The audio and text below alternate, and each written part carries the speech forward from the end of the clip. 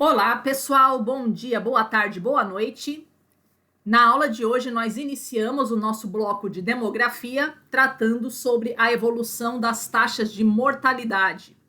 Embora a lógica humana seja primeiro nascer e depois morrer, a gente faz primeiro a aula de taxas de mortalidade, porque as evoluções de que a gente vai tratar das taxas de mortalidade aconteceram antes na história da humanidade em relação às taxas de natalidade. Então, por uma questão histórica, esta aula vem primeiro da aula de taxas de natalidade.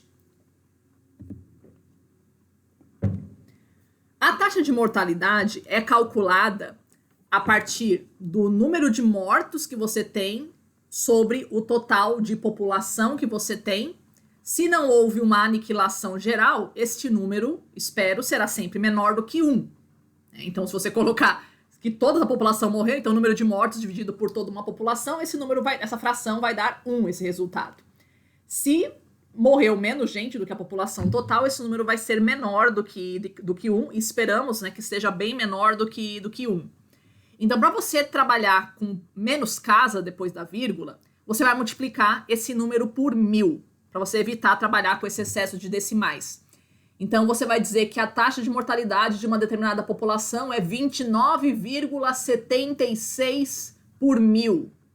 O que significa que para cada grupo de 1000 habitantes daquela população, morreram 29,76 pessoas. Tá? Historicamente, a gente observou desde o começo do século XIX um declínio das taxas de mortalidade, primeiro nos países desenvolvidos, é claro, e depois nos subdesenvolvidos, e foi esse declínio da taxa de mortalidade que permitiu com que a população mundial começasse a crescer. Como a gente viu na nossa primeira aula, esse crescimento vertiginoso que a gente observou da população humana, principalmente durante o século XX, foi porque extensas parcelas da população global pararam de morrer feito moscas. Foi isso que permitiu com que a nossa população global crescesse. Tá? A morte tem uma diferença social. Tá? Diferentes gêneros morrem em momentos diferentes e de causas diferentes. A idade também. Tá? As diferentes idades têm causas de mortes diferentes também. E as classes sociais também observamos diferenças no tipo de morte e no momento da morte em função das classes sociais. É o que a gente vai procurar explorar na aula de hoje.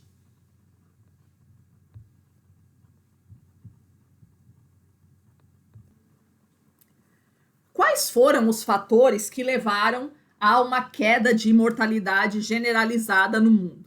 Começa nos países de primeira industrialização, alguns adventos importantes que a gente teve aí que melhoraram a expectativa de vida da população. Primeiro, tudo isso já fruto do século XIX, uma maior produção agrícola. A mecanização do campo permitiu com que a gente tivesse uma maior produtividade agrícola e isso facilitou com que a gente tivesse maior produção de alimentos para a humanidade. Como a gente tinha visto, as previsões do Malthus não se concretizaram. Por quê? Porque a população aumentou exorbitantemente a sua capacidade de produzir alimentos enquanto humanidade. Tá? Então, mais comida, tudo bem que ela é mal distribuída, mas de maneira geral, sim, hoje a gente come muito mais, até, aliás, muito, muito, muito mais do que a gente comia no século XVIII, tá? Como humanidade. A própria Revolução Industrial, como um todo, ela vai permitir, não só no campo, mas também principalmente na cidade, que as máquinas substituam o trabalho humano e principalmente o trabalho degradante. Tá? Muito embora a gente possa ainda fazer uma série de reclamações acerca de trabalho degradante que a gente tem nos dias de hoje, mas é forçoso a gente reconhecer que não se compara ao tipo de trabalho que a maior parte da humanidade exercia antes da Revolução Industrial. Então, no momento em que você diminui a quantidade e os tipos de trabalho degradante que, enquanto humanidade, a gente exerce, também isso permite uma melhoria da nossa qualidade de saúde. Vai permitir com que a gente passe mais tempo vivos. O advento das legislações trabalhistas também, que é um fruto do desenvolvimento da sociedade industrial, tá? A proteção ao trabalho também vai ser uma forma de aumento da longevidade. Um momento em que você tem legislações que evitam a exploração extrema do trabalhador, isso também aumenta a nossa longevidade na média. A Revolução Industrial também foi uma revolução no sistema de transportes, surgimento de novos instrumentos, né, novos meios de transporte, que permitiram com que a gente distribuísse melhor os alimentos pela humanidade, distribuíssemos também melhores medicamentos, chegando mais rápido a diferentes rincões do planeta, e também permitiu a difusão do conhecimento. Então você pode estudar em outros lugares, que não é você fazer uma faculdade numa cidade que ficava 40 quilômetros da sua cidade, quando você tinha que fazer isso no lombo de mulas, cara, isso era impossível. Você tem carro, você tem ônibus, isso facilita bastante a sua vida para você conseguir estudar em locais cada vez mais distantes. Então essa difusão do conhecimento também começou a permitir com que a gente, né, tivesse mais gente com conhecimento científico entre a população, mais médicos entre a população. Então isso permitiu também com que a gente tivesse uma melhoria da nossa qualidade de vida. Uma questão extremamente primordial, a difusão do saneamento básico. Ainda hoje, a maior parte das mortes que a gente tem pelo mundo são devidas à má qualidade da água. Tá? Então você imagina como é que era 100, 200 anos atrás. Parece que não, mas uma quantidade incrível de mortes nesse mundo podem ser prevenidas com medidas muito simples de higiene. O hábito de lavar as mãos, beber água tratada, consumir alimentos que não estejam contaminados. Só isso já faz muito milagre para extensas camadas da população. Então, a partir do momento em que você tem a expansão desses sistemas de saneamento básico pela humanidade, vastas camadas da população deixam de morrer feito moscas como morriam em outros tempos. Tá? As melhorias na medicina, vários progressos que a gente poderia elencar que todo mundo consegue observar a olhos vistos essa evolução da medicina. Vou colocar aqui só alguns adventos do século XIX, então o surgimento dos anestésicos, porque antes as cirurgias eram feitas na carne crua, assim, né? Você acordadão.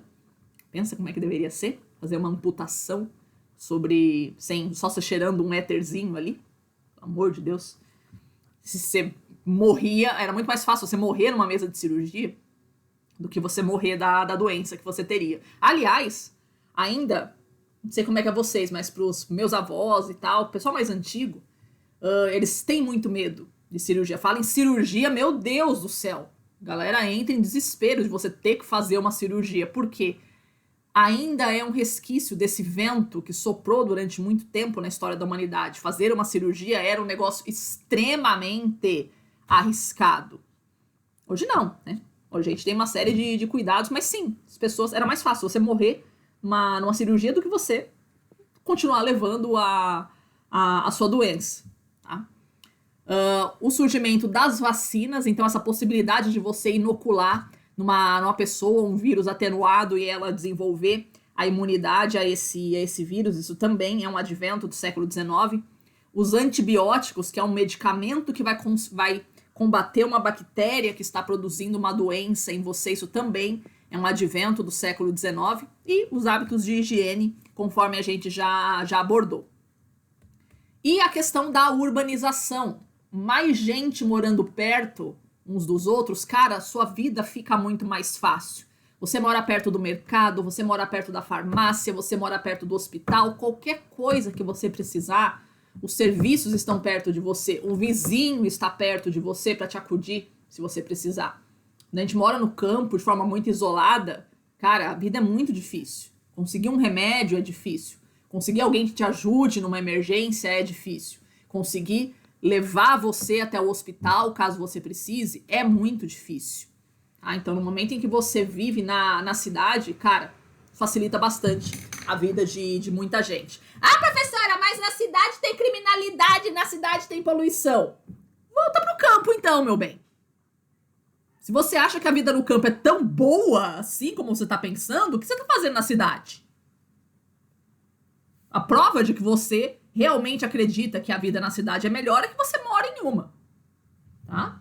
Você fala que a vida no campo é melhor do que a vida na cidade, só dá a boca pra fora.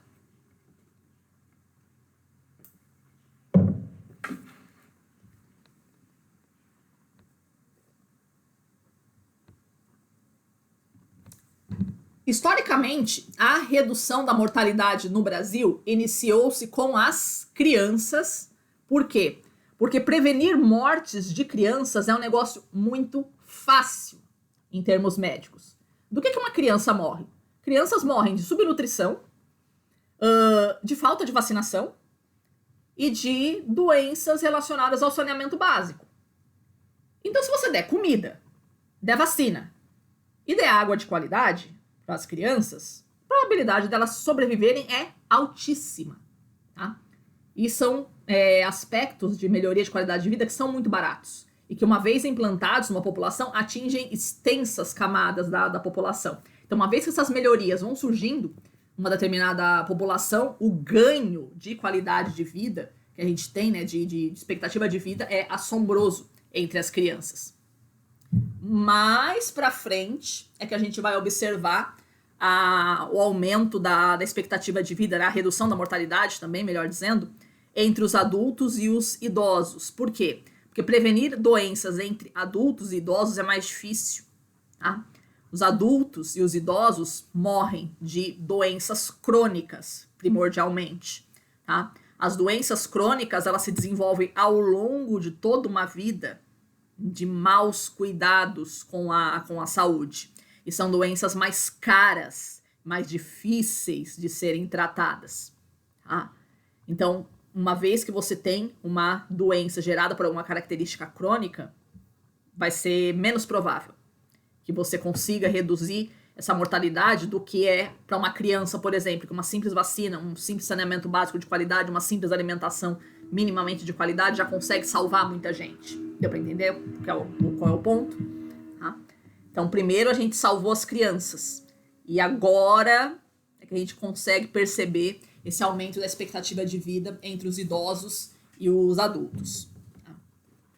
Passo para vocês também o conceito de transição epidemiológica. O que quer dizer isso? É a mudança do padrão de mortalidade das populações.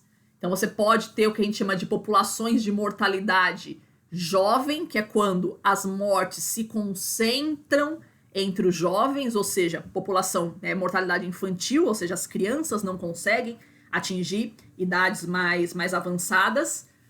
E países que têm um padrão de vida melhor vão concentrar as suas mortalidades onde? Nas populações mais idosas, porque as crianças e os adultos conseguem sobreviver. Então, você observar quando é que as pessoas morrem, em que idade elas morrem, é um indicador da qualidade de vida desse país. Tá? Os tipos de doenças de que as pessoas morrem também é um indicador da qualidade de vida dos países. Então, via de regra, países subdesenvolvidos, as pessoas morrem mais de doenças infecciosas. Tá? Enquanto que nos países ricos, as pessoas morrem mais de doenças crônicas, porque as doenças infecciosas que são tratadas com vacinação e antibióticos e aí saneamento básico já não acontecem mais. Tá? Então, isso que é a transição epidemiológica, a mudança de padrão de mortalidade, seja a idade delas, seja o tipo de morte que as pessoas têm, são um indicador de qualidade de vida.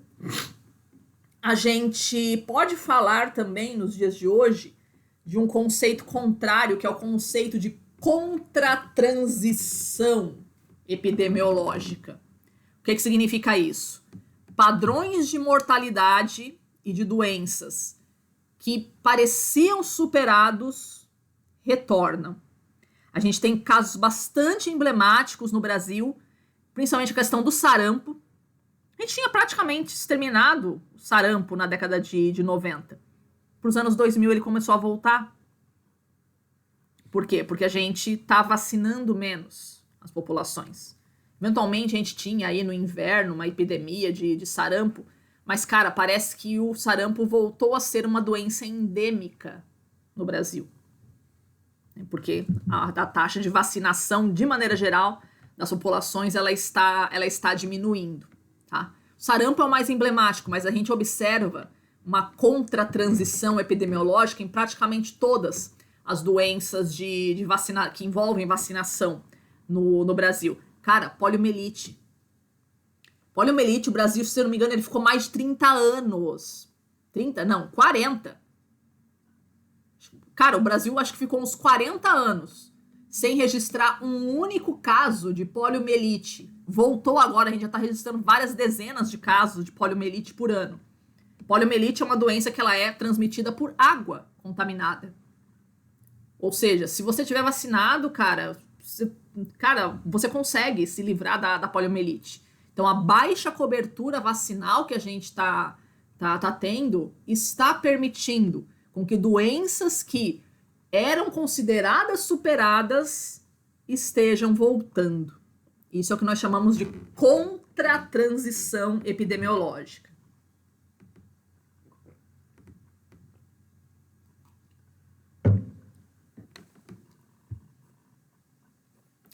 Vamos ler esse trecho aqui para a gente refletir um pouquinho sobre as mudanças no que a gente vai chamar de geografia histórica da morte, ou seja, mudanças nos padrões sociais relacionados à compreensão da morte. Fulton e Owen realizaram um estudo sobre a compreensão da morte no século XX. Compararam as concepções de morte daqueles que nasceram antes da Segunda Guerra Mundial e os que nasceram depois. Os primeiros têm hoje mais de 70 anos. Quando nasceram, a expectativa de vida não chegava aos 50 anos e muitos morriam de doença infecciosa em casa. Quem nasceu depois da Segunda Guerra Mundial já tinha uma expectativa de vida de mais de 67 anos e muitos não têm contato próximo à morte. As doenças são combatidas com tecnologia avançada e as mortes tornam-se distantes ou invisíveis, ocorrendo em grande parte fora do lar, nos hospitais. Então, a maneira como nós enxergamos o fenômeno da morte tem também estreita relação com o momento histórico que nós estamos vivendo. O que ele está tratando aqui? Que quem nasceu, no caso dos países desenvolvidos, né? Mas a gente pode fazer um paralelo da mesma forma. Quem nasceu antes da Segunda Guerra Mundial viu a morte mais de perto. As pessoas morriam mais facilmente, morriam em casa, morriam de doenças infecciosas, morriam cedo e morriam fácil. Então, essas pessoas tinham um convívio mais próximo com a morte. Quem nasceu depois da Segunda Guerra Mundial, a gente viu as pessoas morrendo menos, morrendo de doenças mais perversas, vamos dizer assim, não é de doença besta, que nem uma infecçãozinha, são de doenças mais perversas, ou seja, de doenças mais raras, de certa forma, que não matam feito moscas e que mesmo uma vez instaladas, permitem com que a pessoa viva muito. Tá? Uma hipertensão arterial. Quanto tempo uma pessoa leva para morrer de uma hipertensão arterial e quanto tempo uma pessoa leva para morrer de um sarampo? Meu pai teve um derrame com 52 anos. Depois do derrame, ele ainda viveu 16 anos com o lado esquerdo paralisado. Tipo, olha a sobrevida que o cara teve. Então, o que a gente observa, né, nós mais jovens, eu vou me incluir nessa geração semelhante a vocês, né, contrastando com a geração da minha mãe, com a geração da minha avó, a percepção de morte que nós temos é diferente. A gente não vê as pessoas morrendo feito moscas como morriam 50 anos atrás. Tá? Então nós mais jovens, a gente tem muito mais horror à morte do que os mais velhos. Por que eu estou falando disso? A gente viu muito durante a Covid um comportamento entre as camadas mais velhas da população de ignorar os perigos da doença.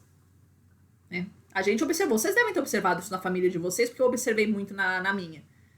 o raciocínio de, todo mundo vai morrer. A gente viu, né, gente, presidente falando isso. Todo mundo vai morrer um dia. Né? Por que a gente tem que se preocupar com a morte? Isso é um raciocínio muito típico de uma pessoa que já viu a morte de perto, né? Já conviveu com a morte muito mais. Então essas pessoas, vamos dizer assim, elas têm menos horror à morte porque elas vivenciaram um período em que morrer era mais fácil. Nós não. Para nós mais jovens, a morte não é um negócio tão fácil, tão frequente. Então ela ainda nos causa um certo horror. Tá? Vamos falar um pouquinho sobre alguns aspectos. Meu Deus do céu, que pôr do sol maravilhoso que tá fazendo aqui. Chega a me distrair um pouco. Vamos falar um pouquinho sobre alguns diferentes aspectos culturais de mudança de percepção da morte. A localização dos cemitérios. Onde é que os cemitérios se localizaram ao longo da história? Na antiguidade, os cemitérios eram colocados afastados da cidade, ter essa noção de que a putrefação, né, não deveria ser atraído para perto da cidade de nós, porque ia atrair barata, rato, né? A gente deixava os mortos um pouco mais distantes. Né? Na Idade Média, na Idade Moderna, os cemitérios eles são instalados mais próximos de nós, eles ficavam no fundo da igreja. Aqui em Floripa a gente ainda observa isso em alguns pontos. Né? Eles ficavam ao lado da igreja ou no quintal de casa. Quando a gente tinha, né, propriedades um pouco maiores, tinha um pedacinho da nossa propriedade que era reservado a ir enterrando os nossos bisavós, os nossos avós, a família ia passando e ia sendo enterrada em pequenos cemitérios dentro de casa. Tá?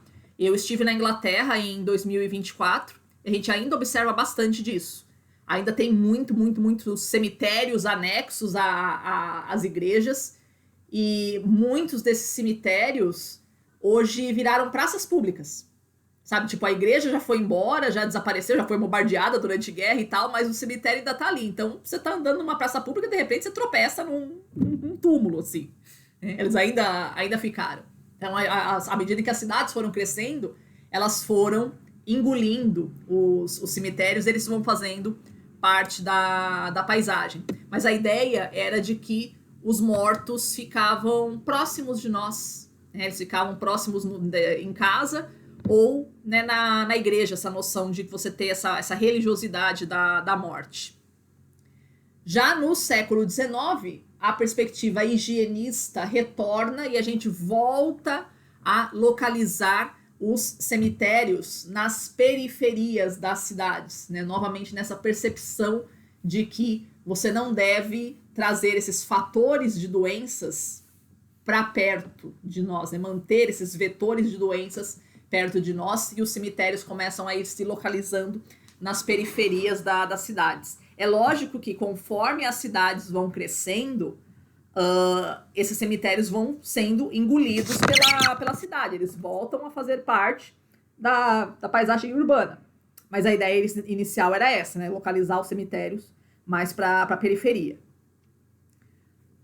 Sobre a localização e a duração dos velórios.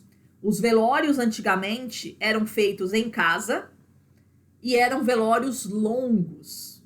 Por quê? Porque a galera vinha de longe, tinha que viajar de muito longe para conseguir vir participar do enterro. E as casas eram grandes, as pessoas morriam em casa, eram veladas em casa. As casas eram grandes, conseguiam comportar todos os parentes para vir fazer a despedida do morto.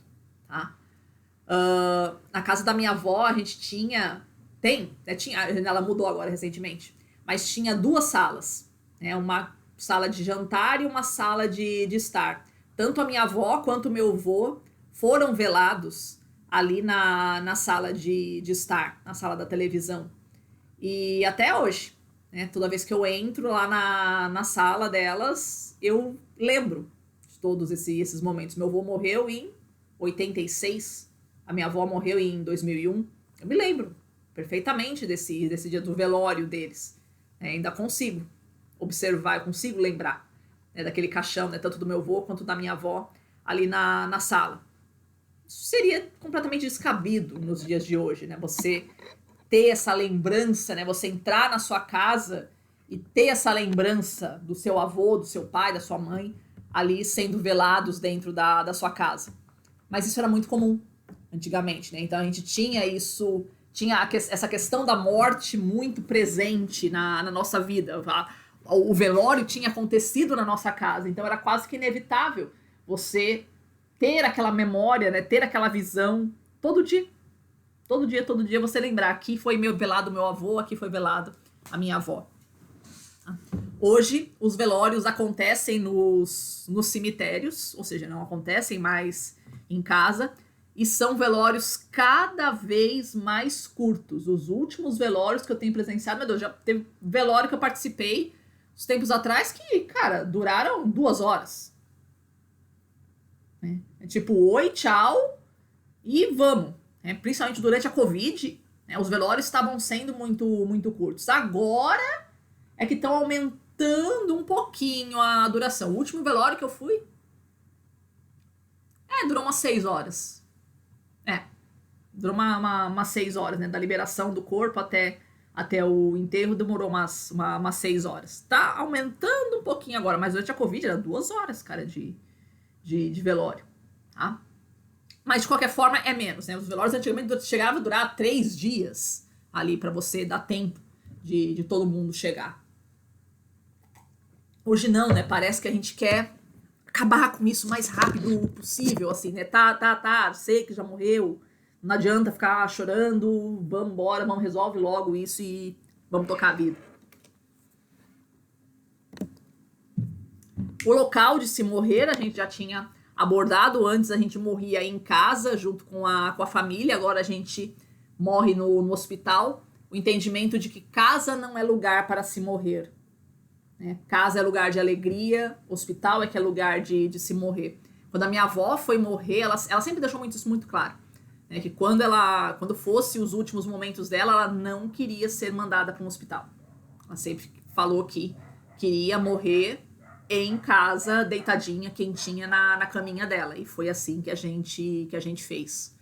Mas não é todo mundo que é assim, não é toda a família que aguenta isso, que aguenta, né, ver o seu ente querido partir. Então a gente coloca no hospital e a gente não participa desse momento. A gente não aguenta ver a pessoa morrendo. Tá? A visibilidade, já entrando nesse próximo tópico, a visibilidade social do momento da morte. Gente, morrer 100 anos atrás era um evento público. Quando a pessoa estava morrendo, as pessoas abriam as portas das casas, chamavam os vizinhos, crianças inclusive, para ver a pessoa morrer. A pessoa ali agonizando. Era um espetáculo público, era um momento de você fazer as orações, de você se despedir, de você estar ali observando desfrutando daquele último momento que você ia ter com a pessoa. Todo mundo ficava em volta assistindo a pessoa morrer. A gente não faz mais isso. A pessoa vai ficar ali no hospital, no máximo na companhia da enfermeira. Os parentes não vão ficar ao nosso lado quando a gente for morrer. As condições de conforto durante a morte. Antes a gente morria em casa, então a gente sentia efetivamente a nossa morte, a nossa agonia. Hoje, cara, a gente pode assegurar, você não vai se sentir morrendo.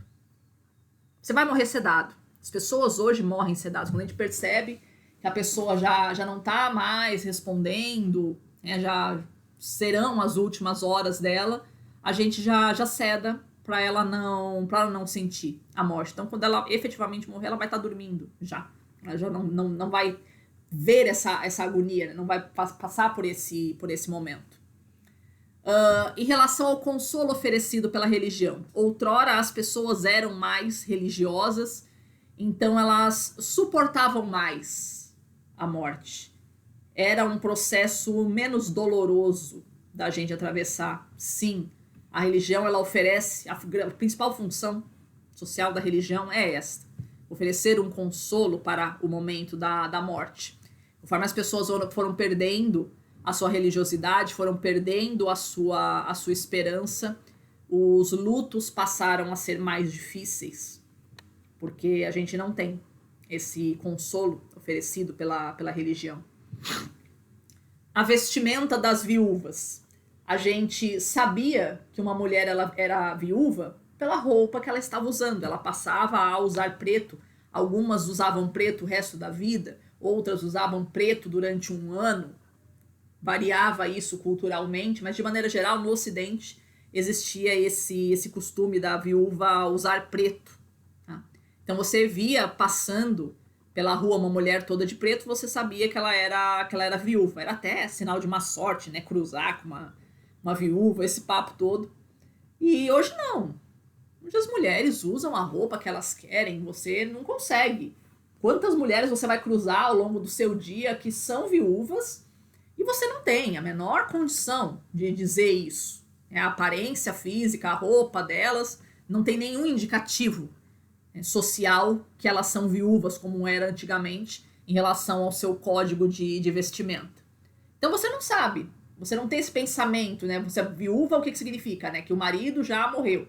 Tá passando uma mulher viúva na sua frente, você não pensa nisso, você pensa uma mulher. E daí? Não tenho condição de falar nada acerca da vida dela. Antes não. Antes a gente via, vamos dizer assim, a morte passando mais perto de nós.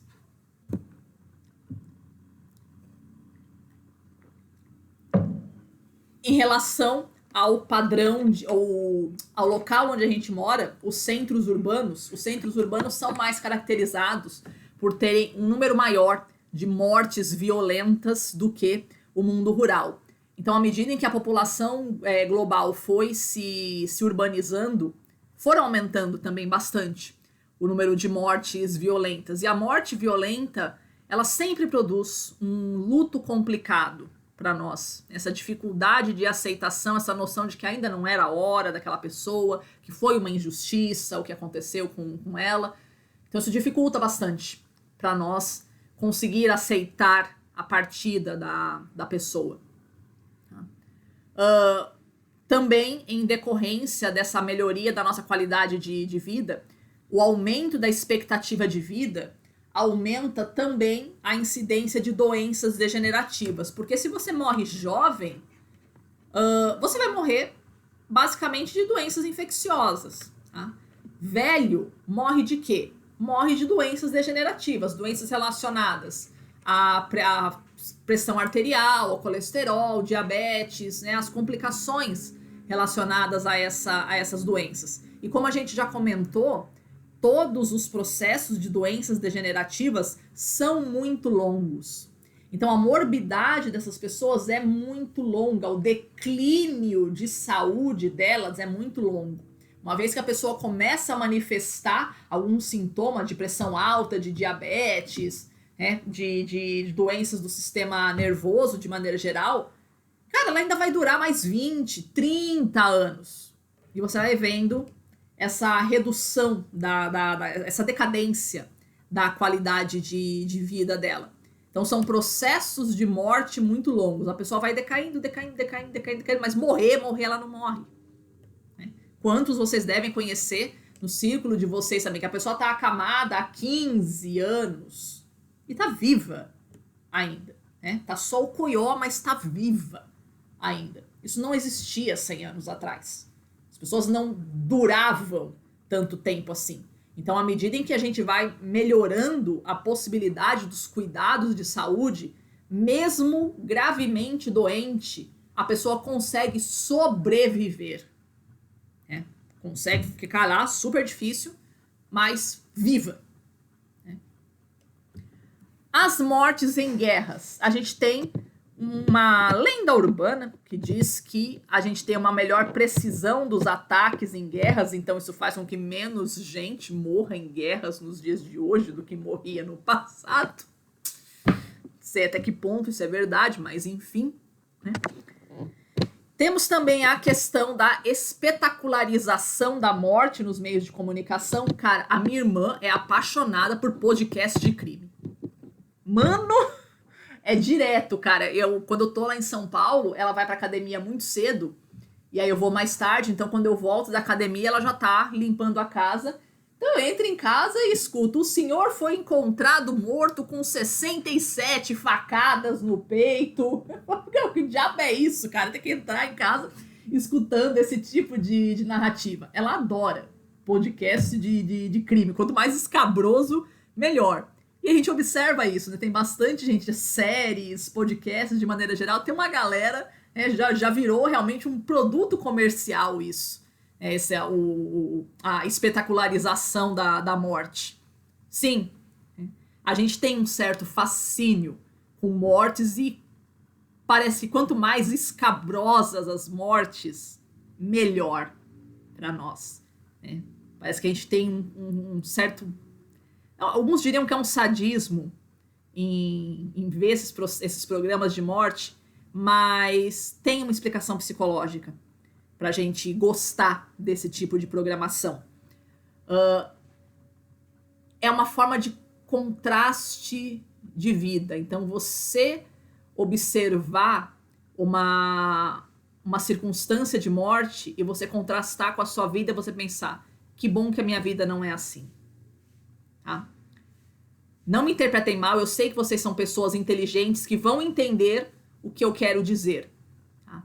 Muitas vezes, quando a gente culpabiliza uma vítima por uma morte, do tipo: a pessoa morreu porque foi reagir a um assalto. Né? Aí você olha e fala: também, né? Foi reagir a um assalto, quem mandou, né? Aí acaba morrendo mesmo. Não sabe que não pode reagir a um assalto? Né? Essa primeira reação que surge em nós é um mecanismo de defesa. É um mecanismo de sobrevivência. Porque você pensa: nossa, eu nunca vou reagir a um assalto. Então eu estou salva desta morte. Percebe? É um estabilizador emocional. Culpabilizar a vítima é um estabilizador emocional nosso. No sentido de que você pensa: eu não agiria como esta vítima agiu.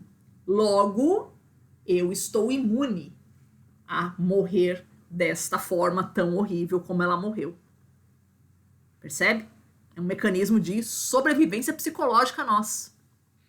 Loucura, né? Então, esse fascínio que a gente tem por esses programas de morte tem muito disso. Da gente pensar: cara, minha vida é uma merda, mas pelo menos a minha filha não morreu estuprada com 67 facadas no peito. Quando a gente vê esse tipo de crime escabroso, a gente sente um alívio por a nossa vida não ser tão desgraçada assim. É por isso que a gente gosta desse tipo de programação.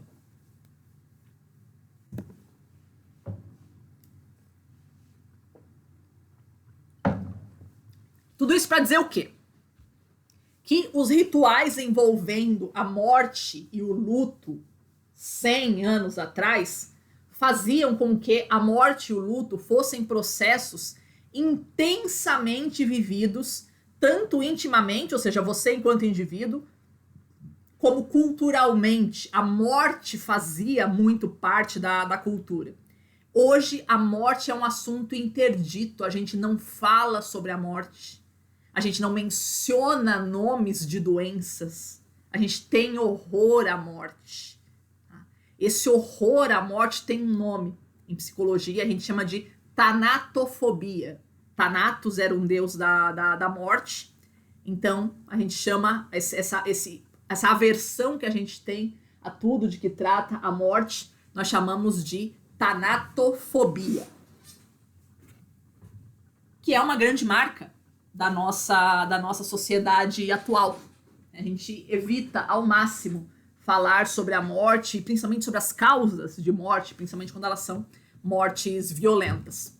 Paralelamente a isso, a nossa cultura de redes sociais e de antidepressivos a rodo nos fazem pensar que a tristeza, o sofrimento devem ser extirpados, que é errado ficar triste, que é errado sofrer, e se eu estou triste, se eu estou sofrendo, é porque eu tenho uma doença. A gente está vulgarizando a doença e o sofrimento. Cara, teve uma influencer que eu sigo, uma influencer católica que eu sigo, ela perdeu uma gestação, passou alguns anos, ela engravidou de novo, perdeu de novo. E aí ela estava fazendo postagens extremamente tristes por ter perdido essa segunda gestação seguida.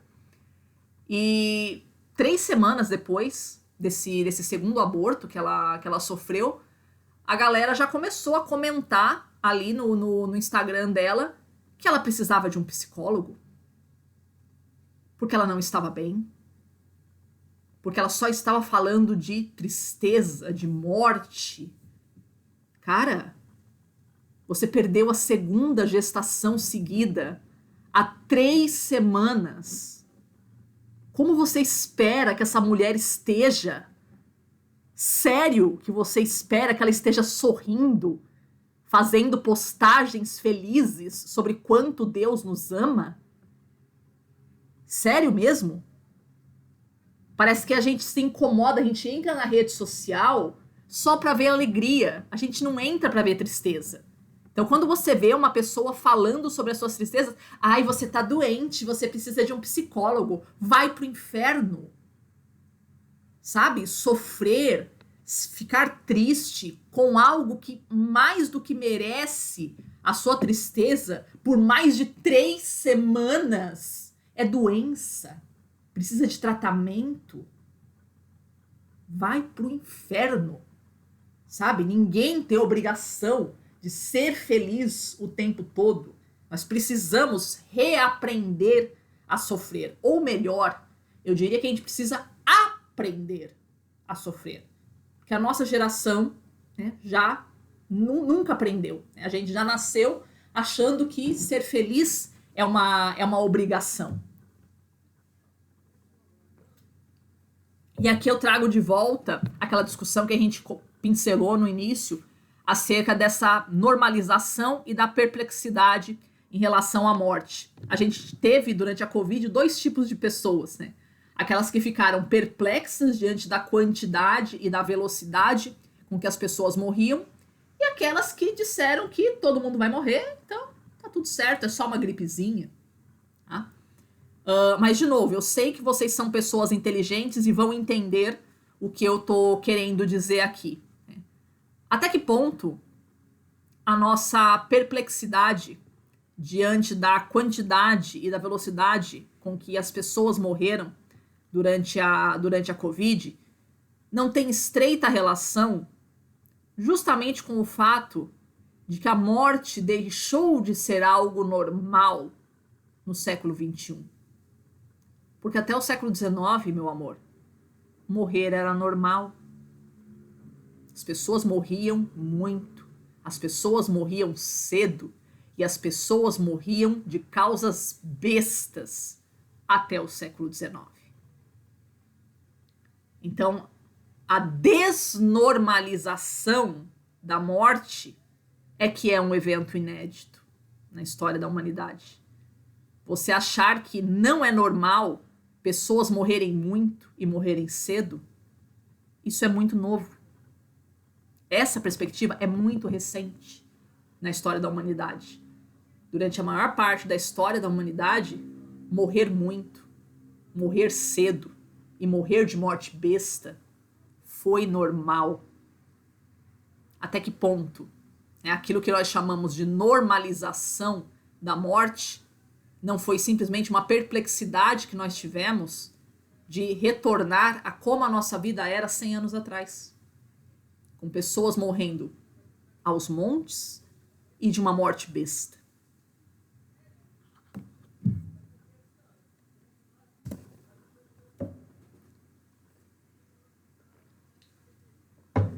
Um pouquinho de conceitos agora acerca da morte.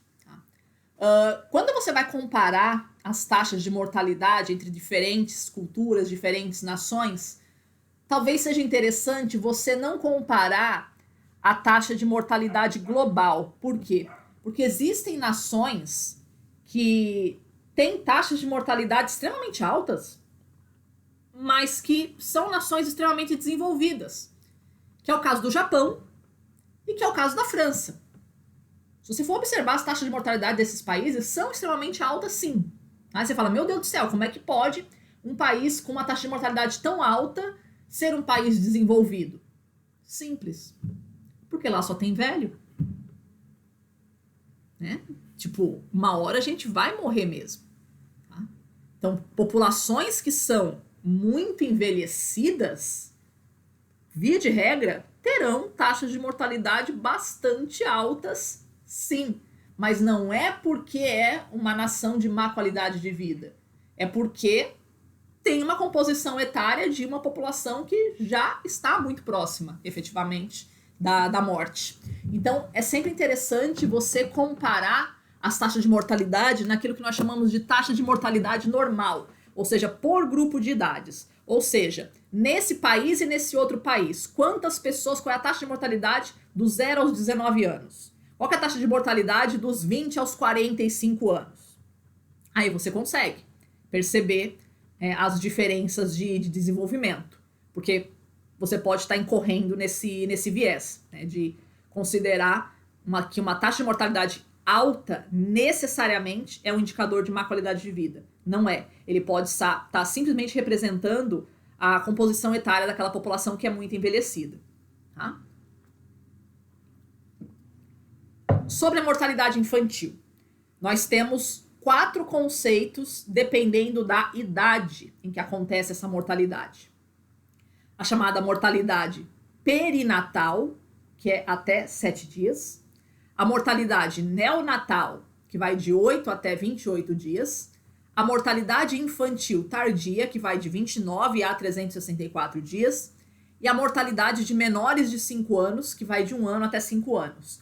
No Brasil, o que nós chamamos de mortalidade infantil é mortalidade até 364 dias. Tá?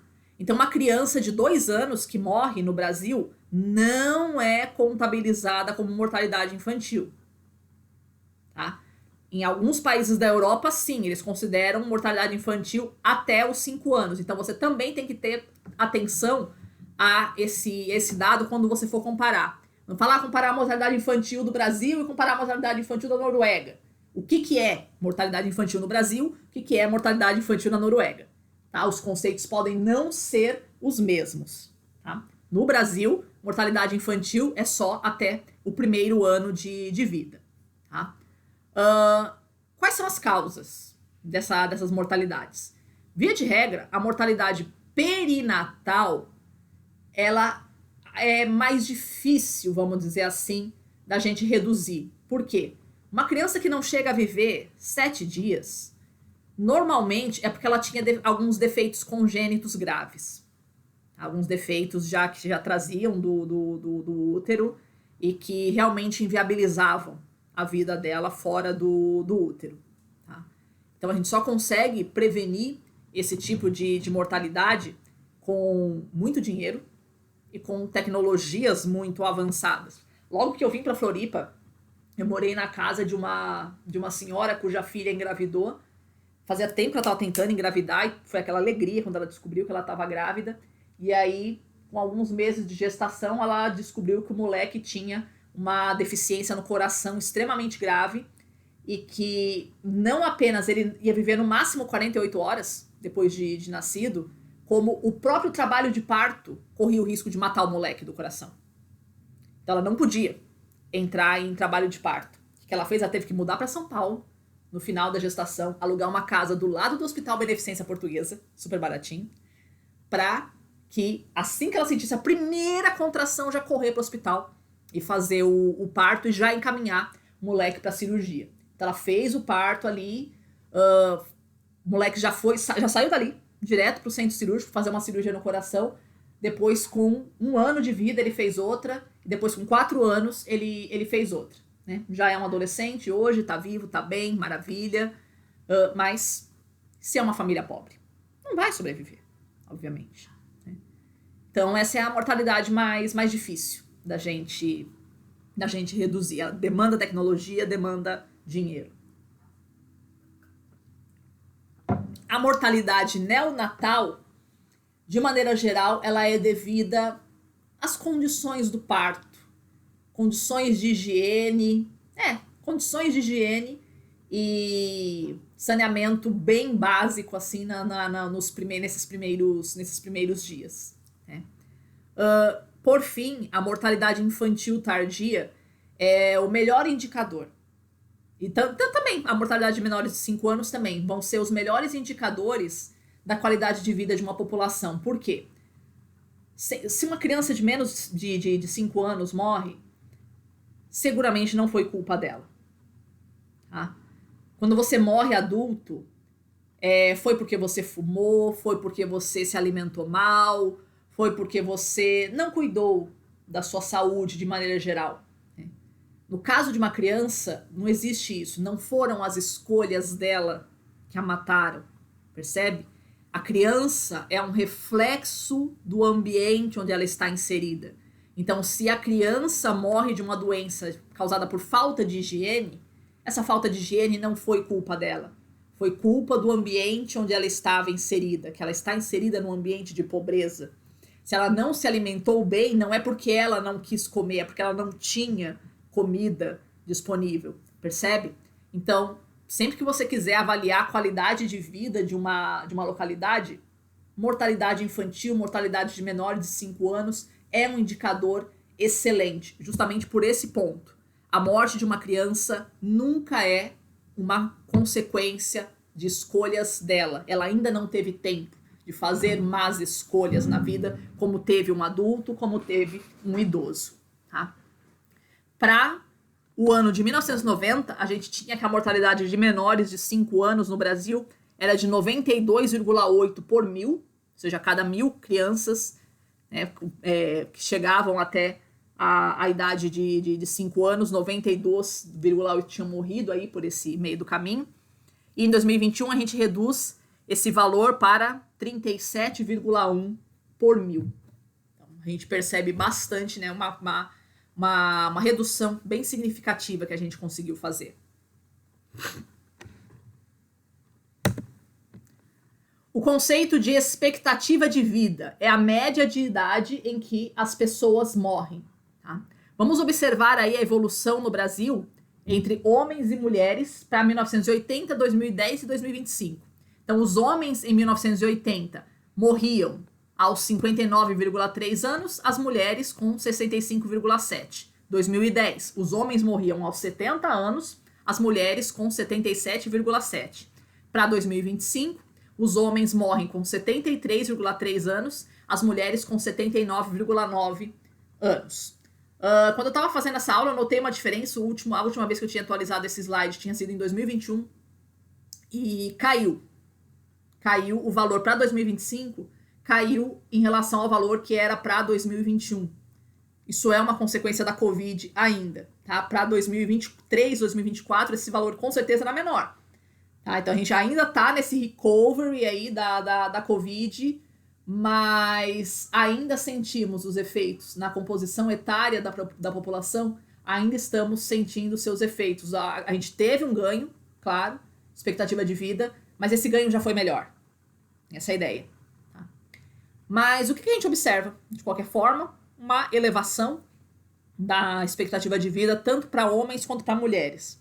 Notamos também uma menor expectativa de vida dos homens em relação às mulheres em todas as regiões brasileiras. Isso acontece, tá? A gente vai ver daqui a pouquinho quais os motivos para isso. Podemos falar também do conceito de esperança de vida aos 60 anos, ou seja, pessoas que atingem os 60 anos. Por quê? Porque extensas camadas da população morrem antes disso. O que significa, então, uma expectativa de vida aos 60 anos? Quantos anos mais vai viver quem atingiu 60 anos? Tá? Então, em 1980, a expectativa de vida de quem conseguiu atingir 60 anos, ou seja, essas camadas mais privilegiadas da população, era de mais 15 anos. Ou seja, quem passou dos 60 morria aos 75. para 2010, a gente vai para um Brasil que quem passou dos 60 morria aos 81 anos. Tá? Ou seja, a gente observa que todo mundo, tipo, venceu uma determinada barreira, a expectativa de vida sua vai sendo cada vez mais alta. Tá? Um documentário que eu assisti um tempo atrás, nem sei se ainda tem, na Netflix, chama-se Quanto Tempo o Tempo Tem?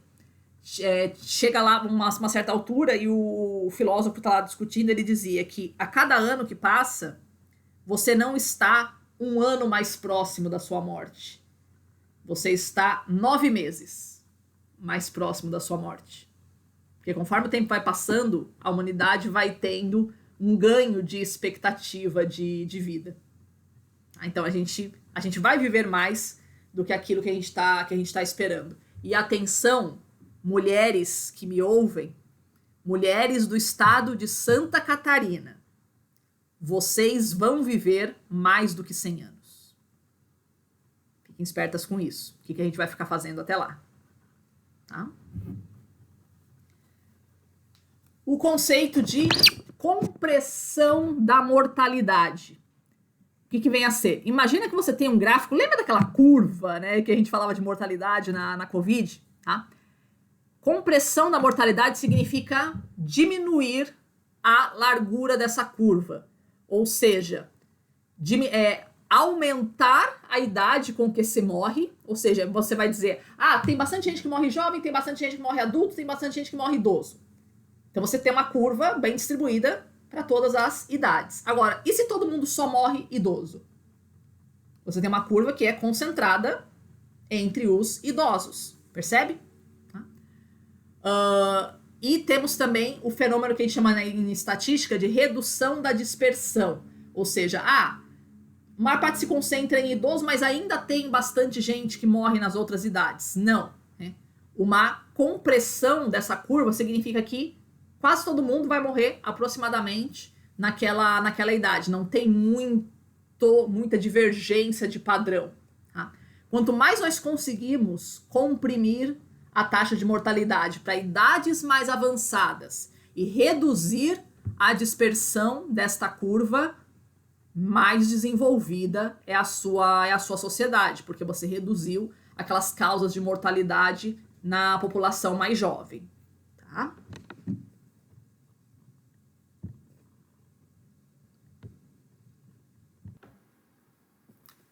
Os tipos de mortes.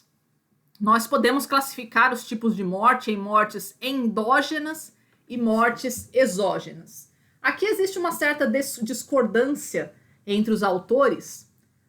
Todo mundo concorda que as doenças degenerativas, pressão alta, colesterol, diabetes, câncer, são chamadas de mortes por causas endógenas, ou seja, que é uma deficiência do teu próprio organismo.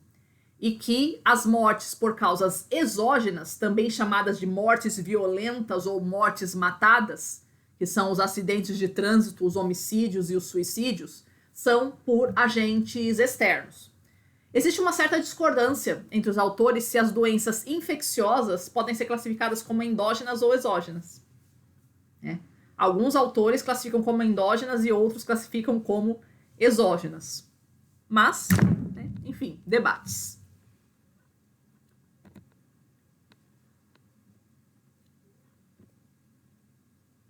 Vai, meu filho. Aí. Este gráfico, como é que você vai interpretar? A distribuição proporcional de óbitos por ano, segundo as principais causas de morte no Brasil, entre 1980 e 2010. A espessura do gráfico vai me dizer qual é a porcentagem que a gente tinha de mortes naquela época, de modo que, para todos os anos, o total é sempre 100%. Tá? Então, quanto mais espessa é a área aqui da morte, maior a quantidade de pessoas que morriam, né, nesse ano. O que a gente observa em termos de padrão? E aqui está o valor, né, no longo prazo, o que aconteceu. O que a gente observa? No Brasil, um predomínio de doenças do aparelho circulatório. Tá? Então, no total aqui, você vê todos os anos, a espessura aqui dessa parte do gráfico do aparelho circulatório é sempre maior. Então, uma dominância de doenças do coração e de artérias, de maneira geral, tá? As neoplasias. O que é neoplasia, professora? Câncer, tá? A gente observa um aumento. Tem umas pessoas que vão dizer, mas está tendo mais câncer, ou se a gente está detectando mais fácil o câncer hoje. Existe esse debate também. Dá para você defender as duas vertentes, né, de que a gente estaria detectando mais o câncer, mas que também eles seja uma síndrome metabólica um pouco mais prevalente nos dias de hoje do que foi há tempos atrás, mesmo porque é uma doença muitas vezes ligada ao envelhecimento. Então, quanto mais velha uma população, maior a probabilidade de você ter uma proporção maior de neoplasias nessa população, tá? Doenças do aparelho respiratório, a gente nota também um aumento, né, 2,6 aqui. Mortes por causas externas, também um ligeiro aumento aqui de 3,2 pontos percentuais. As doenças infecciosas, a gente nota uma redução em relação ao que a gente tinha em 1980. E as causas mal definidas, também a gente tem uma redução do total em relação ao restante das outras. Por quê? Antes eram mal definidas, hoje elas são bem definidas, né? A gente sabe do que a pessoa morreu. E as doenças infecciosas também, né? Diminui a proporção de doenças infecciosas para as pessoas morrerem de doenças degenerativas, né? Que são as doenças do aparelho respiratório, circulatório e as neoplasias. Então, esse gráfico é um indicador claro do envelhecimento da nossa população e da melhoria dessa transição de mortalidade que a gente está observando na nossa população. A gente está deixando de morrer de causas infecciosas, estamos passando a morrer mais de causas degenerativas, que é um atestado de que nós estamos vivendo mais.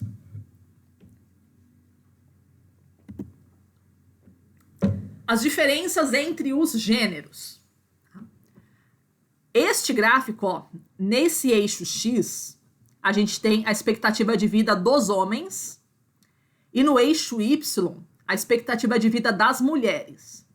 Esta linha aqui, essa diagonal, ela mostra a igualdade, ou seja, aqui, ó, quando o 70 do homem encontra o 70 da mulher.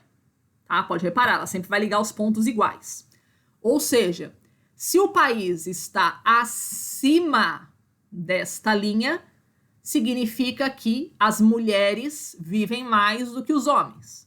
Se o país está abaixo desta linha, significa que os homens vivem mais do que as mulheres. O que você observa? No mundo todo, né? No mundo todo, as mulheres vivem mais do que os homens, tá? Por que que acontece isso? Tem uma variação regional, é claro, mas para a maior parte do mundo ainda persiste a noção de que o homem é o sexo forte e a mulher é o sexo frágil. Portanto, o homem pode se expor mais ao risco e a mulher não pode se expor ao risco. A mulher deve ser protegida. E ela ser protegida, ela acaba vivendo mais. Então, no mundo todo, a gente tem que as mulheres vivem mais do que os homens, em média 5,4 anos, sendo que esses valores mais extremos são 7 anos a mais na América Latina, em média, que as mulheres vivem mais do que os homens, e 2,9 no extremo mínimo, que é na Austrália e na Nova Zelândia.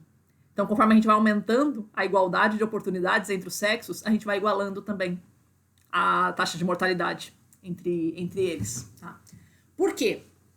Então, né, a gente já falou que a mulher é o sexo frágil e o homem é o sexo forte, então a gente tem uma cultura que vai permitir ou exigir coisas dos homens que não permite ou não exige às mulheres. Então, a maior preocupação com a saúde. Mano, homem não vai ao médico. Fato. Homem, eu não sei que fobia que os homens têm de médico, gente. Pelo amor de Deus. Sabe? Não morde, não. Tá? Homem não vai ao médico. Homem só vai ao médico quando ele está morrendo. E aí já é tarde. Sabe? Qual a dificuldade pra gente ter um pouquinho mais de cuidado com a nossa saúde? Menos hábitos antissaudáveis. Então, o homem fuma mais, o homem bebe mais, o homem se alimenta pior do que a mulher. Então, ele vai tender a ter o desenvolvimento de doenças crônicas muito mais do que a mulher. A mulher tem uma menor exposição a doenças infecciosas porque a mulher passa mais tempo em casa, em média. Tá? Ela está menos exposta à rua. A maior parte das doenças infecciosas a gente pega na rua. Tá?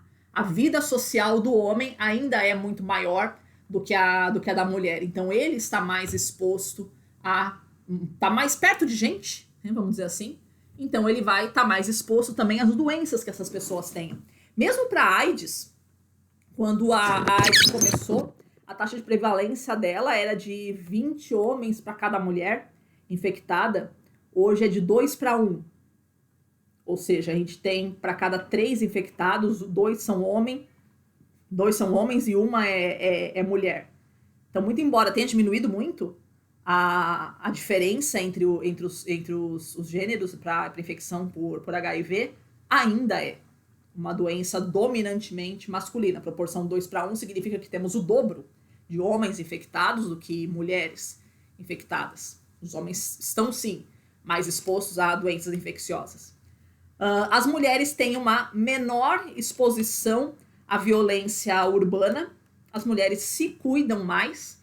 Cara, você, mulher, você nem passa, não é que você não faz, nem passa pela sua cabeça a possibilidade de voltar da balada sozinha, passando por uma rua erma. Sabe? Não é que você nunca fez isso. Você nunca sequer cogitou a possibilidade de fazer isso. Você vai dormir na casa da amiga, você paga R$300 de Uber, você nem sequer vai pro rolê se você tiver que fazer isso. Percebe? Então você mesma já se salva do perigo.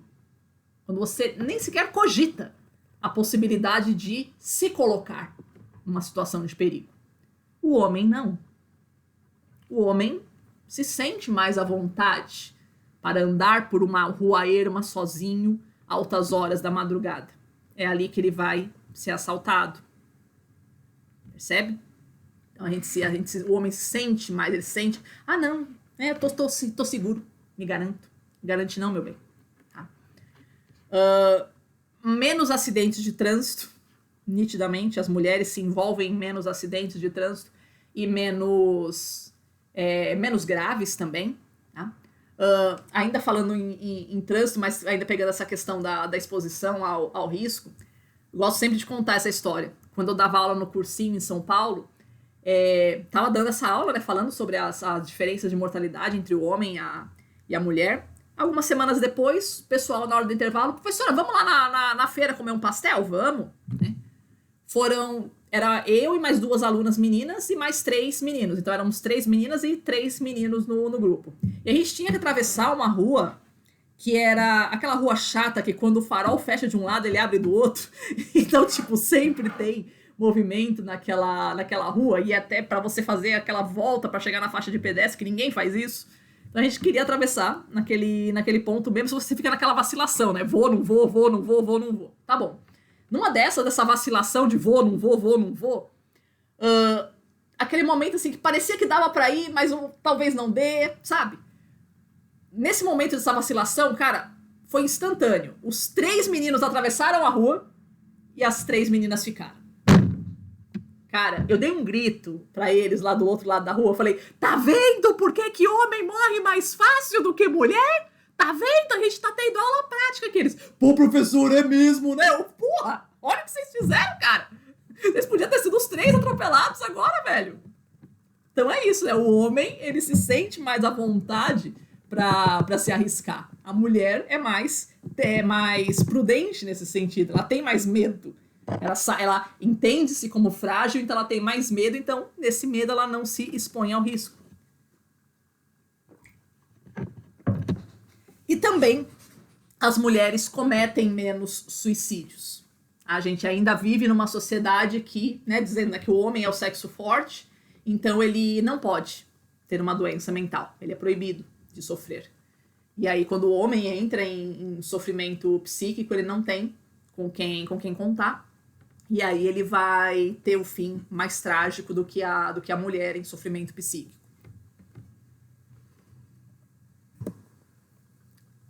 Este gráfico mostra a distribuição proporcional dos óbitos por idade e por sexo entre 1980 e 2010. Menino veste vermelho, menina veste laranja. Vamos observar aqui a evolução do Brasil. Homens em 1980 e homens em 2010.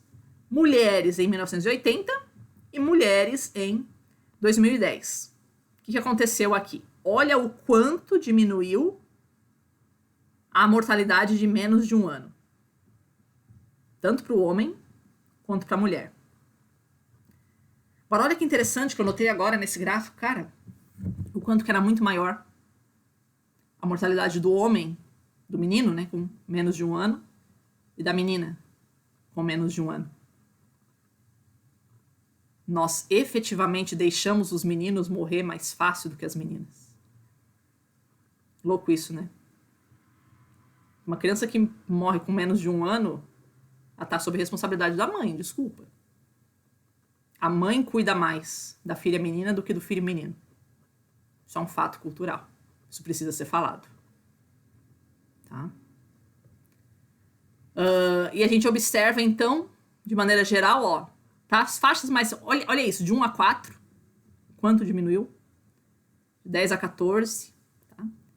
Aí só a partir aqui, ó, de 15 a 19, é que as faixas, né, para 2010 começam a ser maiores. Então, o que esse gráfico atesta?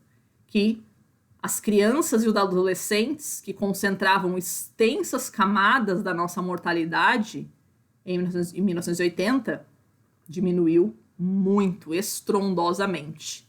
A partir aqui, né, da idade adulta, a gente começa a morrer mais adulto.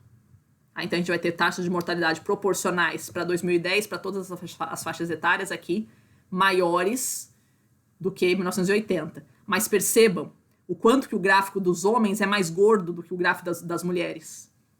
Em todas as faixas etárias. Conseguem enxergar isso? Menos aqui acima de 80. Acima de 80 morre mais mulher do que homem hoje. Por quê? Porque os homens não chegam aos 80. Então, quem chega aos 80 é mulher. Então, é óbvio que a gente vai ter uma mortalidade de mulheres maior do que a dos homens. Mas, tirando isso, o gráfico dos homens é sempre mais gordo do que o gráfico das mulheres. Mostrando quantos homens morrem muito mais do que as mulheres, do que no Brasil.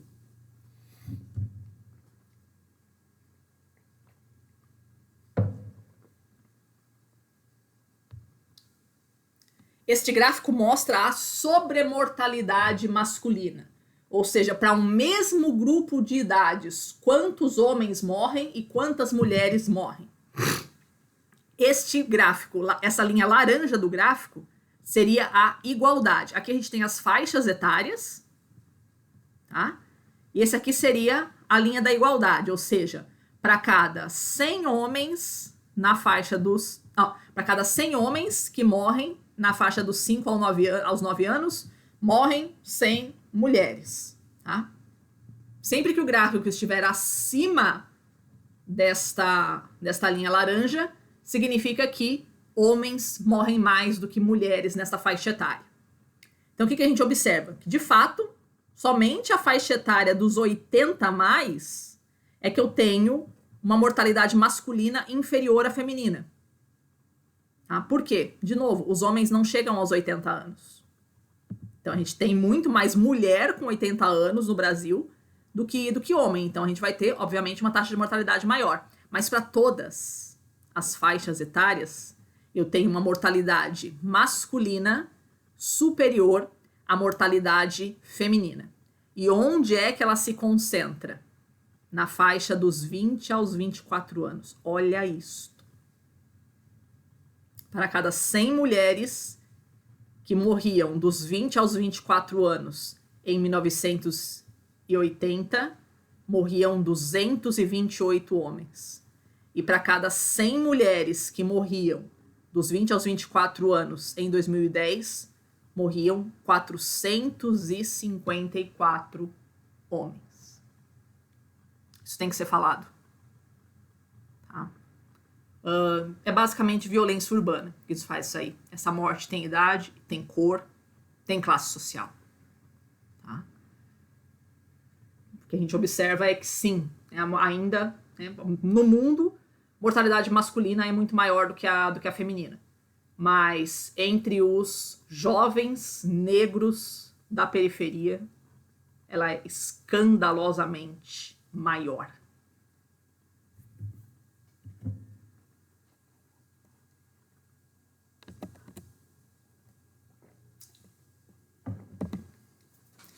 Os efeitos das pandemias sobre a expectativa de vida e sobre as taxas de mortalidade.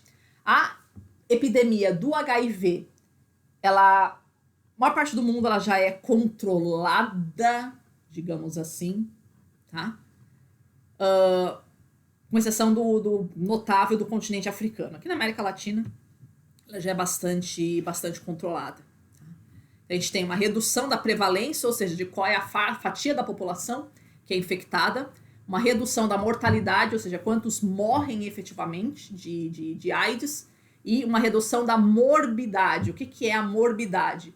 É o desenvolvimento de doenças e a perda da qualidade de vida, mas ainda vivo, né, em função da doença. Tudo isso a gente vem reduzindo bastante aqui na América Latina, no Ocidente, de maneira geral. Então a pessoa hoje consegue conviver com HIV normalmente. Se você toma o coquetel direitinho e tal, você deixa de ser até um transmissor.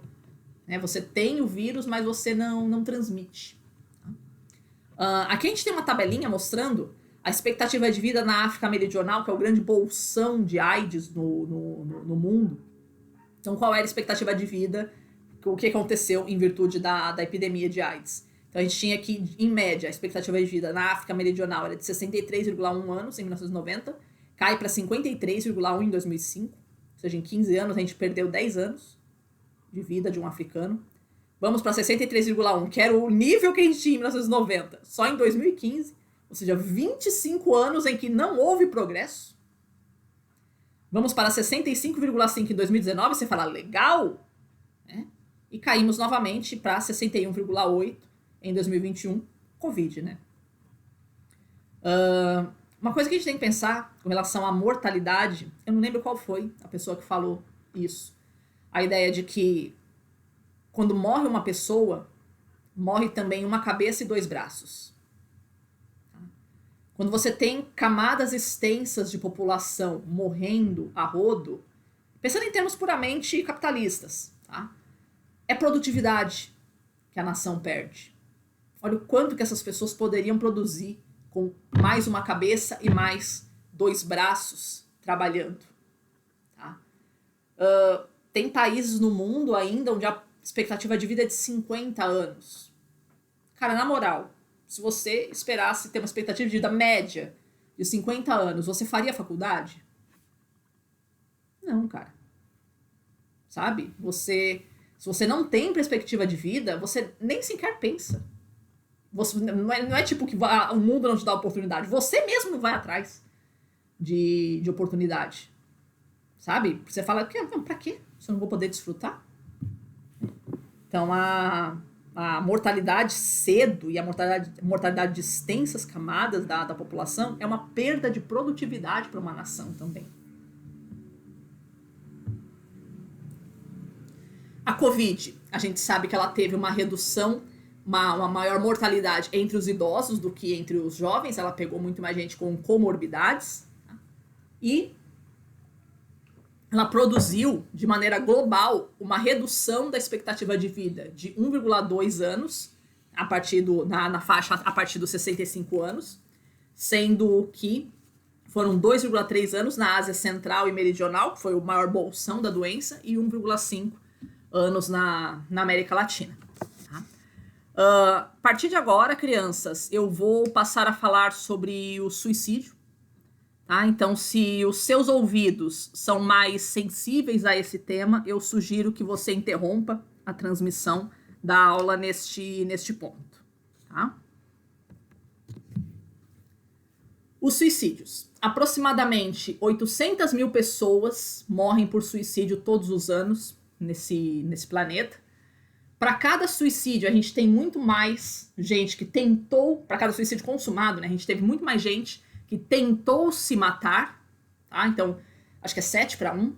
Para cada suicídio consumado, a gente teve 7 tentativas, de maneira geral. Normalmente, a pessoa que, quando ela consegue se matar, não é a primeira vez que ela tentou. Ela já tentou outras vezes, né? Então, em média, 7 vezes é o que as pessoas tentam se matar para cada suicídio consumado, o que não significa que uma pessoa que consegue se matar tentou 7 vezes antes. Nem todas as pessoas que tentam se matar alguma vez na vida efetivamente morrerão de suicídio. Ela é a segunda causa principal de morte entre jovens no mundo, entre 15 a 29 anos, principalmente entre homens. Tá? Ao contrário do que a gente pensa, suicídio não é privilégio de população rica, vamos dizer assim. Suicídio ele é muito mais frequente em países de baixa e média renda. A ideia de que as pessoas não veem mais esperança de uma melhoria de vida. Tá? Não é... A gente pensa, porque a pessoa, quando ela fica rica, ela perde o sentido da vida. Não. Tá? Ela perde o sentido da vida quando ela não vê esperança de melhoria da qualidade de vida dela. Tá? E os meios mais comuns que a gente tem são a ingestão de pesticidas, o enforcamento e o uso de armas de fogo. Tá? Poderia falar um pouquinho aqui acerca da minha experiência com o assunto. Eu nunca passei por uma depressão, mas digamos que, para usar um termo bem suave, eu tenho vasta experiência de convívio com pessoas depressivas e suicidas. Tá? Eu pediria que quem estiver assistindo essa minha aula, que antes de me julgar, coloque-se sobre os meus sapatos. Tá? Quiser vir falar bosta pra mim, coloque-se sobre os meus sapatos antes. Tá? Existe uma geografia do suicídio também no mundo, a maneira como as pessoas se matam, ela é diferente também. Tem um componente cultural e tem um componente geográfico também.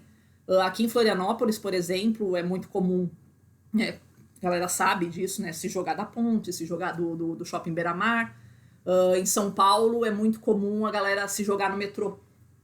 Eu já vi, não o momento, né, da pessoa se jogando, mas eu já vi a recolha dos pedaços da pessoa ali no metrô Tatuapé, quando eu tava pegando o ônibus, né, que vinha do aeroporto de Guarulhos, aí chegando ali no metrô Tatuapé, tava um caos, o metrô parado mais de meia hora, e eu vi a recolha dos restos ali sendo jogado, que é resto, né, porque é uma pessoa que se joga no metrô, pelo amor de Deus, né, é pedaços, sendo jogado ali no carro do IML. E aí ficou mais de meia hora o metrô parado até recolher tudo.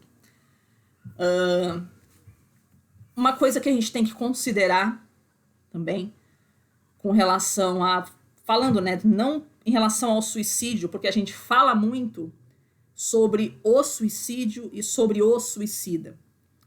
Mas eu acho que está muito mais do que na hora da gente começar a falar também de pessoas, como eu coloco aqui, né, que tem convívio com o suicídio.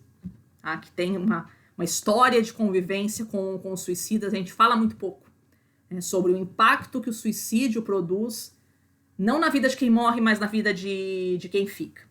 Tá? um cuidado que a gente tem que ter quando a gente lida com suicidas. Uma mudança de percepção que eu acho importante que a gente tenha. Não é porque a pessoa é doente que ela é uma coitadinha. Não é porque a pessoa é doente que ela é uma vítima das circunstâncias da vida.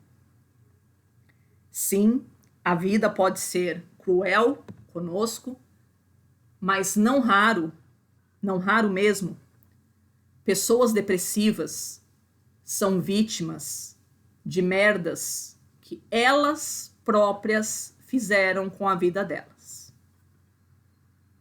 Sabe? Perceba que algumas pessoas, elas são fodidas na vida porque elas escolheram se fuder. Tá? É necessário a gente ter esse tipo de percepção. Tá? De novo, a vida pode ser cruel sim, mas tem gente que escolhe se fuder. Tá? Tem gente que escolhe ter uma vida miserável. Tem gente que tem à disposição a salvação, mas ela recusa. Tá? Existe um fenômeno social que é muito comum nos Estados Unidos, chamado suicide by cop. Como é que funciona? O cara quer morrer, mas ele não tem coragem de se matar. Então o que ele faz? Ele induz outra pessoa a puxar o gatilho. Vocês devem conhecer, esse é um fenômeno cultural muito comum nos Estados Unidos, a pessoa invadir uma casa assim do nada, provocar aquele pandemônio com a polícia e tal, fica fazendo ameaça, ele faz a família de refém e tal, aí até que finalmente ele dá um primeiro disparo ali, fazendo de conta que vai matar uma pessoa, que aí obriga a polícia a invadir a casa e vai lá e mata o camarada. Tá? Isso é o suicide by cop, é o suicídio por policial. Aproximadamente 11% dos casos de assassinatos por policiais nos Estados Unidos são suicide by cop. Ou seja, é o camarada que queria morrer, mas ele não tem coragem de se matar, então ele vai e comete um crime na intenção de fazer com que a polícia o mate. A gente teve um caso muito emblemático nos Estados Unidos recentemente, que foi o cara que atirou no Trump, que pegou só a orelha. Mano, o cara era muito bom. O cara que ele atirou no Trump, ele não atirou pra pegar a orelha, cara, ele atirou pra matar. Ele só pegou na orelha do Trump porque o Trump deu uma mexidinha ali na hora, porque ele realmente ia acertar a cabeça do Trump. Mano, nos Estados Unidos, você morre, a polícia te mata, se você roubar um pacotinho de batata frita no supermercado. O que você acha, o que você espera que vai acontecer contigo se você atirar na cabeça de um candidato à presidência da República? E mais, de um ex-presidente, no caso. A polícia matou o cara. Meu amor, não espere do mundo aquilo que ele não tem condições de te dar. É a polícia dos Estados Unidos. Então é óbvio que ela ia matar o cara. E aí, tempos depois, uma investigação descobriu-se que o cara era um gravemente depressivo. Né? Então, altíssima probabilidade de que tenha sido um suicide by cop. Ele queria morrer, mas não tinha coragem de se matar, então ele induziu a polícia a matá-lo. Um outro caso que a gente teve aqui no Brasil, vocês talvez consigam se recordar, que foi um cara que ele sequestrou um ônibus lá na ponte Rio-Niterói, deixou a ponte Rio-Niterói parada por horas, e aí a polícia matou o cara, de novo, é a polícia do Rio de Janeiro, que é outro lugar onde você morre de graça.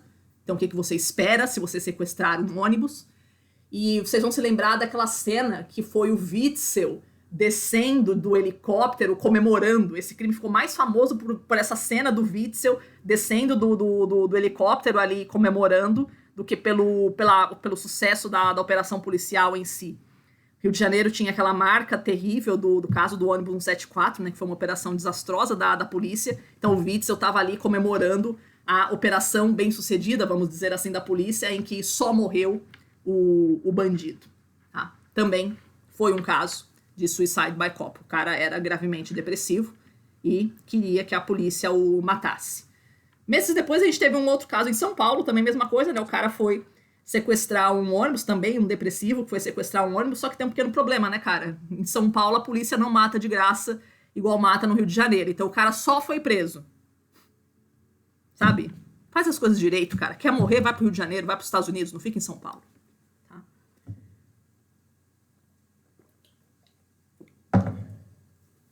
Então esse é o fenômeno do suicide by cop. Mas ele também pode ser feito de outra forma. Tá? Como? O suicida fazer da vida das pessoas com quem ele convive um verdadeiro inferno. E aí você vai aguentando.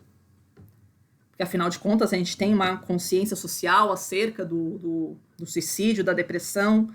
Então a gente pensa, não, tipo, não posso estourar com essa pessoa, eu tenho que aguentar, eu tenho que compreender, eu tenho que oferecer amparo, né? E ele sabe disso. E ele se aproveita dessa sua boa vontade. Tá? Só que a paciência de ninguém é infinita. Uma hora você vai estourar com a pessoa. Depois de tantos abusos que ela comete contigo, uma hora você vai estourar com a pessoa. Tá? E aí, finalmente, ela conseguiu o que ela queria, desde o início. Porque a intenção dela, desde o início, com as provocações, com os abusos, com as manipulações, era essa. Era provocar a sua ira, para que você finalmente despejasse a sua ira sobre ela e ela finalmente se sinta lixo o suficiente para conseguir juntar forças para se matar. É uma forma mais amena de suicide by cop, ou seja, eu quero morrer, mas não tenho coragem de me matar, então eu induzo outra pessoa a puxar o gatilho. Então eu induzo outra pessoa a me convencer a me matar. A me dar motivos para me matar. Percebe? Isso é muito mais comum do que a gente imagina. Por que eu coloco essa questão? Justamente porque esse problema social nosso de que a gente releva os abusos cometidos por uma pessoa doente, porque afinal de contas ela é doente. Não passa pela nossa cabeça de que uma pessoa pode ser doente e má também. E esses fatos estarem independentes. Quando a pessoa não é doente, uma pessoa mentalmente saudável, a gente pensa que elas se dividem entre as pessoas saudáveis, elas se dividem entre pessoas boas e pessoas más. E as pessoas que são más, elas são deliberadamente más porque elas poderiam ser boas. Essa é a ideia. Quando a pessoa é doente, a gente não tem esse raciocínio. Quando a pessoa é doente, os atos de maldade dela são interpretados como consequência da doença. Então, ela não roubou dinheiro da minha carteira porque ela é má. Ela roubou porque ela é doente. Eu tenho que relevar esse fato. Não passa, a gente não faz essa separação entre doença e caráter. A gente joga na conta da doença coisas que efetivamente são caráter. E digo mais, a pessoa sabe disso. A gente não para fazer essa separação de que uma pessoa pode ser doente e manipuladora e intencionalmente perversa. E que esses eventos podem ser independentes. De que ela é manipuladora, não pela doença, mas pelo caráter dela mesmo. De que ela é intencionalmente perversa, não pela doença, mas pelo caráter dela. Então a gente conhece pessoas manipuladoras que não são doentes mentais. Então a gente fala, não, essa pessoa é manipuladora.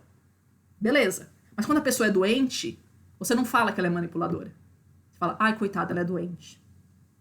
Ela manipula por causa da doença. Não, ela não manipula por causa da doença. Ela manipula porque ela é um mau caráter. Tá? Não é por questão da doença. Então, um alerta que eu faço aqui para vocês, né? Cuidado pra gente não colocar na conta de doença o que é uma questão de mau caratismo mesmo. Tá? Não raro, uma pessoa pode sim ser doente e mau caráter. E esses eventos estarem independentes. E ela vai usar esse mau caratismo, ela vai botar esse mau caratismo na conta da doença. Você dizer para ela, assim ela consegue tudo que ela quer, porque afinal de contas você nunca vai poder estourar com ela, né? Você sempre vai relevar as falhas dela, porque afinal de contas ela é doente. E pensar também que existe, a pessoa também sabe disso, tá? Existe um copo meio cheio nas doenças mentais. Quando você tem uma doença mental, você inspira pena nas pessoas, né? Você ganha presentes nas pessoas, você recebe ajudas diversas, você ganha mais prazo na faculdade, né? Você... ajudas diversas que as pessoas fazem quando elas entendem que você tem uma doença, tá? A gente pode ser cômodo, pode ser um fator de que a gente não queira se curar, tá? Então, isso tem que ser levado em consideração também, né? Presta atenção se a pessoa que está do seu lado, ela realmente, o que ela faz é por conta de doença ou é por conta de mau caratismo. Presta atenção se ela realmente quer se tratar, se ela realmente quer se curar. Nem sempre a cura é o caminho que ela deseja. Às vezes ela gosta de ser doente, porque a doença ela lhe traz mais vantagens, tá? Vou repetir, quem vier falar bosta pra mim, que se coloque nos meus sapatos primeiro, pra depois entender o que eu tô falando, tá?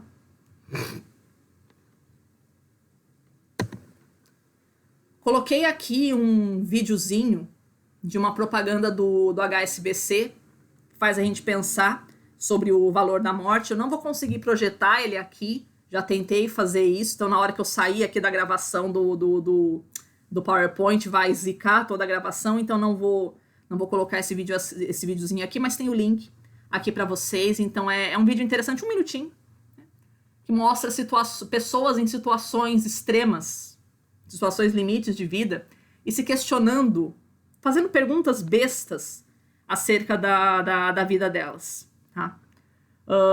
E aí eu coloco que a pergunta sobre o valor da morte, ela evoca necessariamente uma pergunta sobre o valor da vida. A pergunta é, do que você vai se arrepender no momento da sua morte? É uma pergunta importante pra gente se fazer enquanto a gente ainda está bem.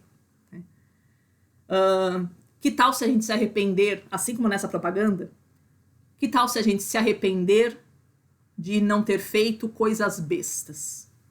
Porque se arrepender de não ter tido uma vida boa, se arrepender de não ter vivido com a família, com os amigos, de não ter desfrutado, realmente deve ser um negócio muito triste, tá?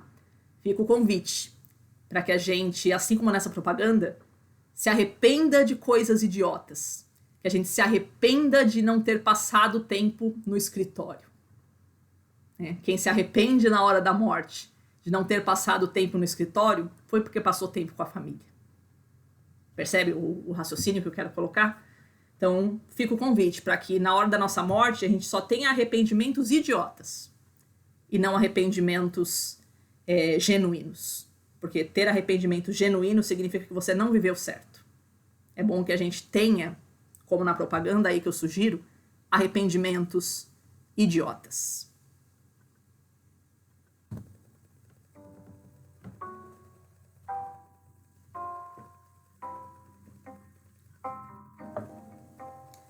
Fechou, crianças? Muito obrigada pela audiência de vocês e até a próxima!